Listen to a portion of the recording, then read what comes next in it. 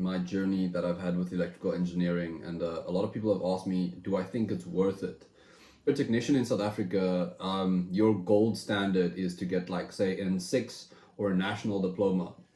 Getting N6 and then falling into a company where me and another guy were working together called Peter, a guy with a lot of experience that had done like tons of jobs. So me, I was just like learning from him and just watching what he does, and like no snags were detected. What the owner's dad, which was also in on this whole thing, what he went and said to that guy every single time he was there, if the guy wanted to say anything, he would like shut him down like a dog. Listen to the engineer.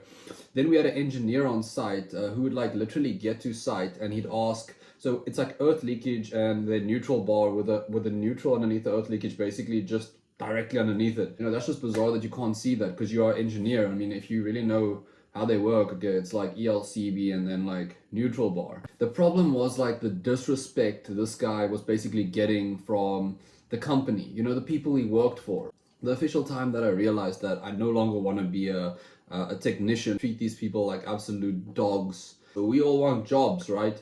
And there's very few people that are like providing jobs. That was the one incident. After the one inspection, Peter told me that he didn't feel well at all. Like his legs started shaking. So I was like, okay, let's give you some like water and a multivitamin because I'm like worried about him. So I gave him a water and a multivitamin. Absolutely had a stroke. His arms doesn't work or nothing. So they're my they're the guy that basically really brought me into my own, literally as a stroke on the same job. This guy gave me the confidence to speak to engineers. It was worth so much more than the engineer that was there. After like a 5-hour trip after work type of thing, you drive from Cape Town, you go to George, and you come back from George and you come here.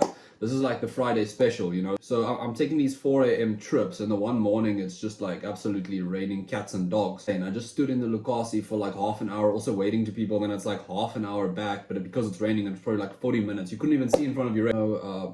So the way the dude spoke to me on the phone, even though I had been up since like 4 o'clock in the morning, and I felt like I was having a stroke with all the rain I'd swung out of like 2-3 cars that almost hit me, he phones me and he gives me the most ugly message ever, dog style stuff. The mentor Peter getting a stroke. I registered at UNISA. I wanted to become an engineer or a technologist or whatever. That other guy that inspected the building, the guy that made more money than us, the guy that came there in his like almost PJs. Just like I got so upset being treated like such a dog all the time. One of my other mentors, Umdani, his mother-in-law dies. So this guy was trying to drive to Cape Town, which is like 4 hours away from us. While he was like halfway already, his mother-in-law dies. Right, and his wife is laying there with her dead mother, and he's like, okay, cool. He has to turn around, right? This is some serious stuff. The way that the owner spoke to this guy is shameful. I just couldn't unsee it after he told me the story. Okay, so Umdani went to go and work in Egypt after being paid 15,000 rand per month, which was anyway like double what I was earning, but he didn't have that much tolerance. And also the workforce, they talked horrible things about him. He left and he got a contract in Egypt because he was 58 years old. Everyone told him like how stupid and how old he was. And it was just so funny to see him retire in such a short amount of time, while most of them are no money. They are essentially broke. That's ironic. So I saw that as well while still being there, obviously. And then COVID happened. I was like a building guy because obviously I'm an LV person that signs off LV stuff. And the main guy that works there is basically like, do I know what a transformer is? The most stupid human beings you could imagine in terms of like electrical engineering calculations. Me, do I know how a transformer works? Good rating. It's you use 2 phases for that ballast or whatever. You're not going to be using single phase. It's all I told him. Yes, they are 3-phase ballasts, and also you need to put them on, because it's electromagnetic, just put them on a slow trip breaker. And I'm like, yeah, that's what I recommended. So if I ever become an engineer, I don't want to be like that. The guy that made Peter get a stroke, or the people that made Peter get a stroke. I want to be different. I want to definitely stand up for the trades a bit more, and like you don't treat that guy like that because his stuff takes so long as well, right?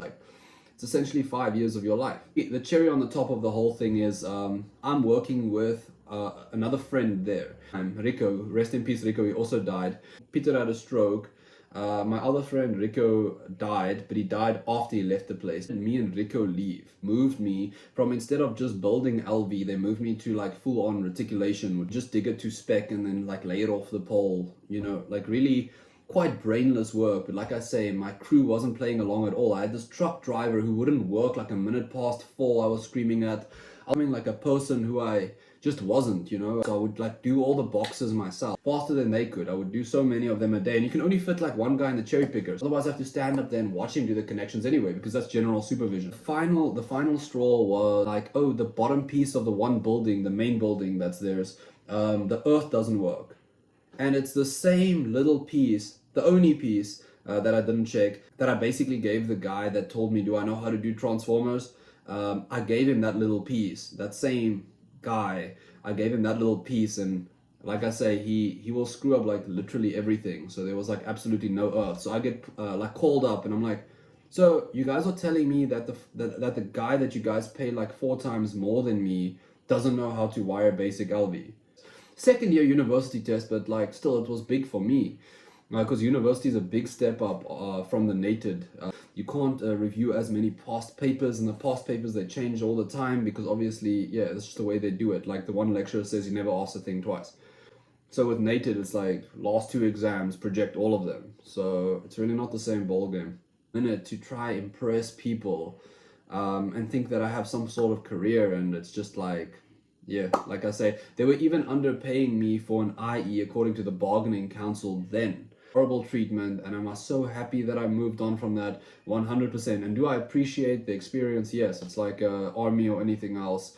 It really gets you like prepped up. Current position is I've been offered a role in Germany, which is obviously one of like the best engineering places to be at if you're in electrical engineering, and I'm going to be working on eddy current separators, but that's if I pass the German exam. Meine Deutsch is gut, but anyway, like I'm working on my German right now. I'm off to Germany hopefully soon. Various things keeping us in check, but yeah, that's the story.